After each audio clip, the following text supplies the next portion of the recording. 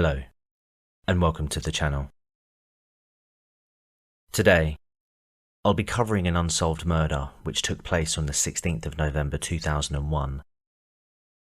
This specific case is a small piece of a larger puzzle, stretching back all the way to the 26th of November 1983.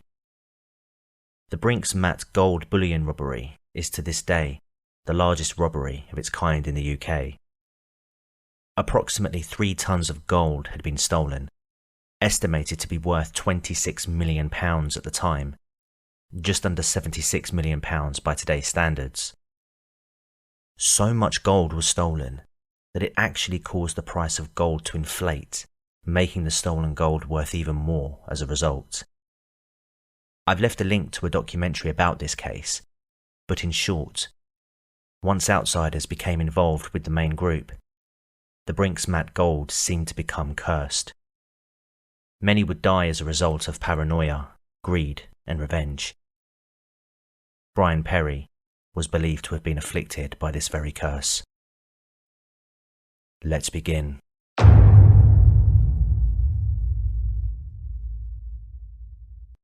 At the time of his death, Brian Perry was 63 and lived in Braested, Kent. Prior to the events I'll be discussing later, he came into contact with stolen goods, some of which linked back to the Brinks Mat robbery, where he acted as an agent for those responsible for the robbery itself. Police would discover that he conspired to launder approximately £14 million through offshore accounts, before integrating it back into various schemes.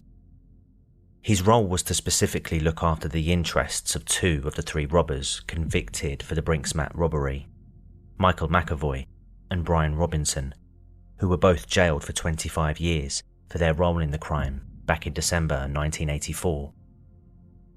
When police eventually got wind of Perry's involvement and swooped in on him, they noticed a sign which hung above his desk which read, "Whoever has the gold makes the rules." He would be arrested and was eventually sentenced to 9 years in prison in 1992, but the court also heard how he had made his own arrangements to siphon some of the funds away from the 2 men for his own financial gain. However, after his plans were revealed, it seemed as though some may have had alternative forms of punishment planned for Brian.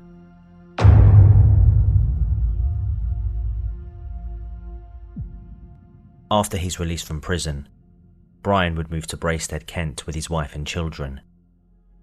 He would continue to run his minicab firm in Bermondsey, South London, which he ran prior to his jailing.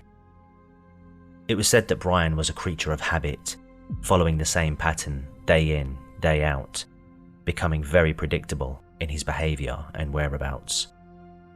But unfortunately for Brian, someone had been watching him.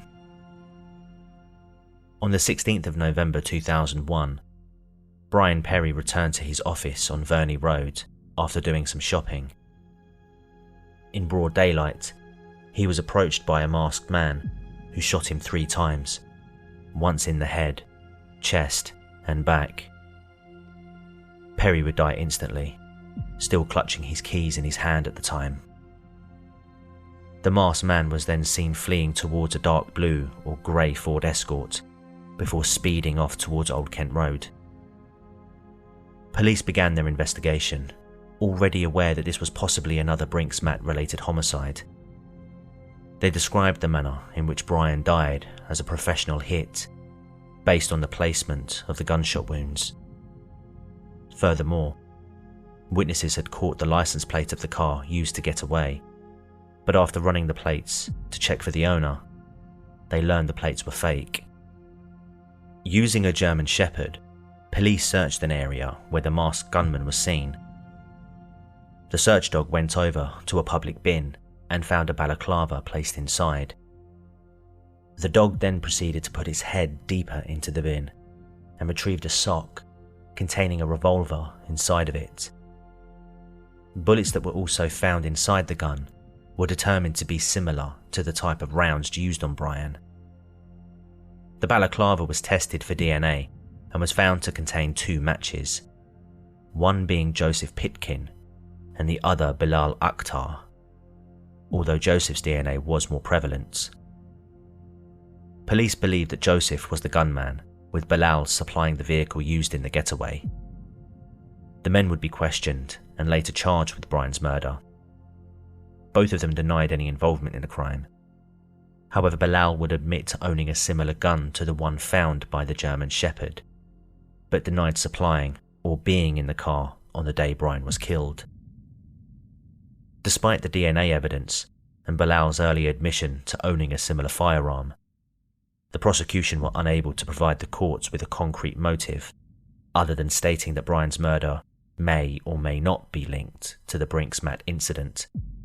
Additionally, the two men appeared to have no connection to Brian, and the DNA evidence found, along with all other evidence, was determined to be circumstantial. Therefore, in April 2006, Judge Anthony Morris ordered the Old Bailey jury to clear both Joseph Pitkin and Bilal Akhtar after the prosecution were unable to provide any further evidence. Both men were cleared of Brian's execution-style murder, and to this day, Brian Perry's murder remains unsolved.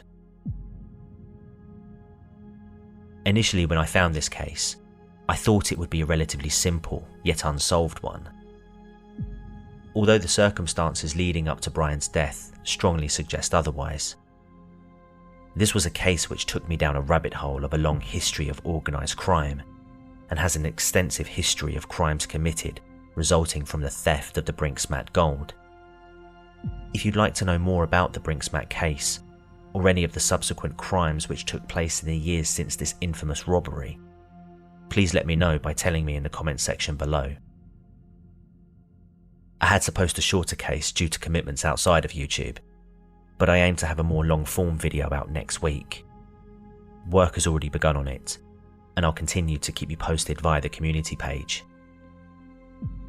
In the meantime, if you're new here and you found this content informative, please consider subscribing to the channel as well as hitting the notification bell so you never miss an upload.